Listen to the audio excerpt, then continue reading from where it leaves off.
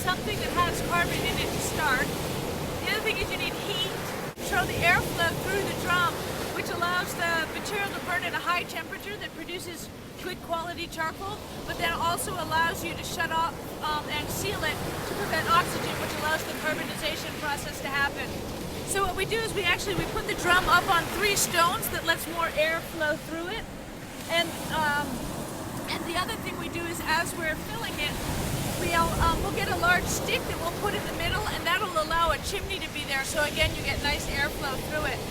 It takes easily flammable material like these corn husks and just put them in here, and they'll be sort of like fuses, and then you just light a fire underneath, and it works much better if you light from the bottom up. And you just sort of stuff them in. Another thing that I learned in my most recent trip to Haiti, it's easier if you do this before you load this fully and have it balanced on the rocks. It's remarkable how common sense comes from the field, not from academia. Putting something between the whole thing.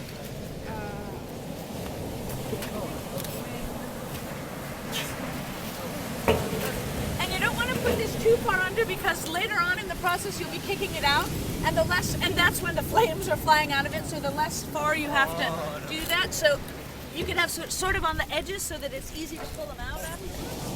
That's That works nicely. That looks pretty good.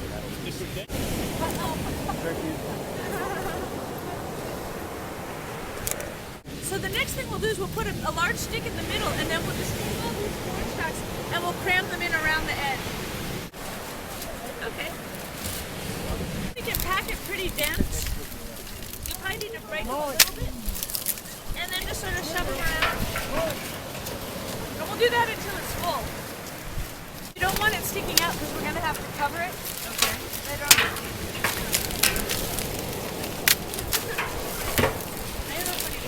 Yeah.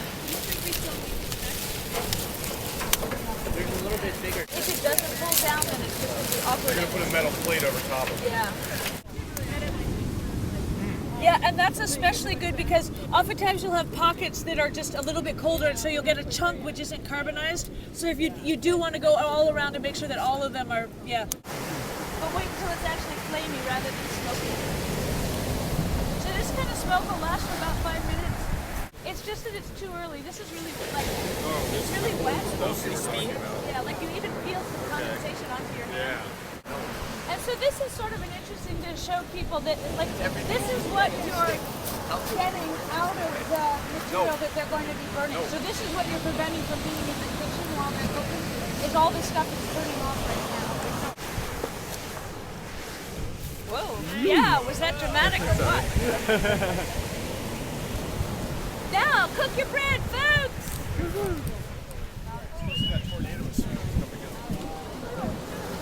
Ready? Okay. Yeah, let's go. So one of the things, that if you closed it too early, then flames will start shooting out of the bottom, and that's a good sign, in which case you want to take this off. Sometimes we have ones that have a handle, so it's easy to just put a stick and take it off. Other things you want to do now is removing the stones. So the way that we do this is one person supports Pete. Oh, we got it. Oh, we got it. All right, and so let that upside down. So one person supports it with a stick, and then another person just kicks away the stone.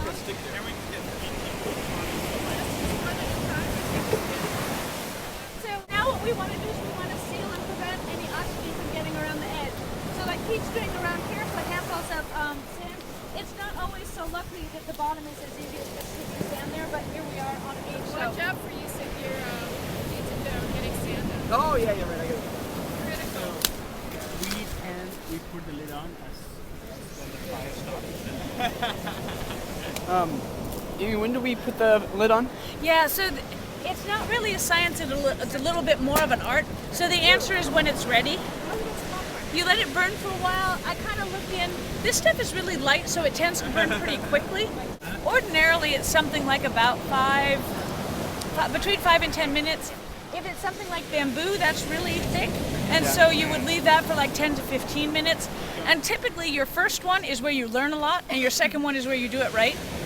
The thing you want to balance is material burning away so you don't get a good yield, and material not being fully carbonized. Okay. So you want everything to be carbonized but not going up in smoke. That's a little bit warm, but yeah. So the one thing you want to do is you want to make sure that you don't get too much sand inside, so if you're a little bit careful taking the sand off the top.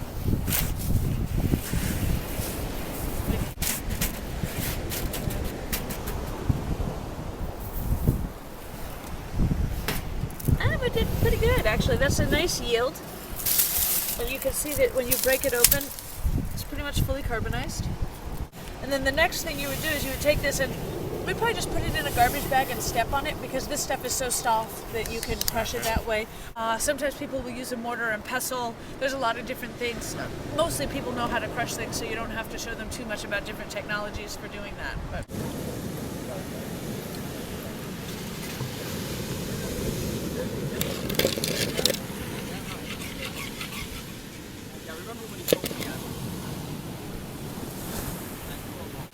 you take some of your material, you pour it in, basically then hammer,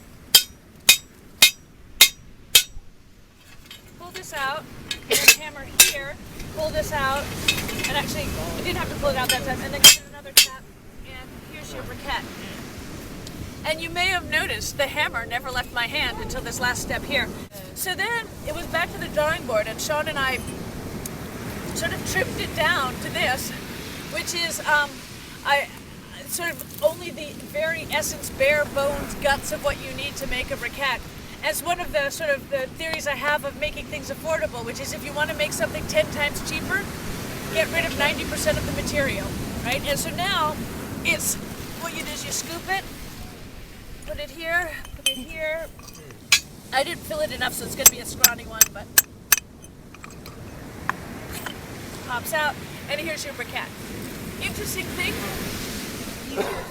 easier, faster. This one you can make about 6 or 7 briquettes per minute. This one we've had people make up to 12. But it turned out he didn't have this round stock, and so he was cutting it on the lathe. And similarly here, he didn't have some with the right size hole. So it's like a day and a half, yikes. So that's when we came up with this one, which is a square version. And the great thing about it is that instead of having a hole, you just have 2 pieces of flat bar. The hole is covered up by this plate anyway, so it doesn't have to be a hole, it can be a channel.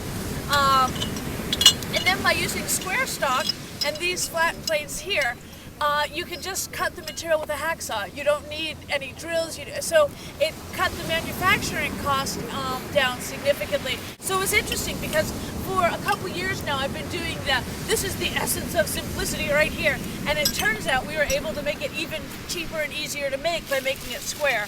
And again, same sort of thing. You could do stars. You could do stars, you could do heart shapes, moons, it could be Lucky Charms made of charcoal. This was going to be a little harder to press out because in a moment of stupidity, no, I shortened this too much because I wanted it to fit in a block that was the wrong size block. But yeah, so you can get these square briquettes as well. These you leave out in the sun to dry. Depending on how hot it is up here, it's going to be a little while. In Haiti, it's a few days. We tell people a week so that they're not burning it before it's completely dry. Another innovation that we've had in making the briquette presses is now we actually have a table that you drill holes in, so you don't have to sit there squatting on the ground, and you can.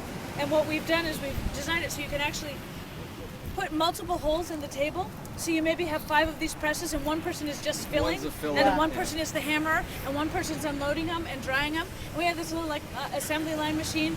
Or you can, if you're just one person, you could go have 4 or 5 of these, fill, hammer, unload. And it's much faster, and it's so pleasant doing it at this height.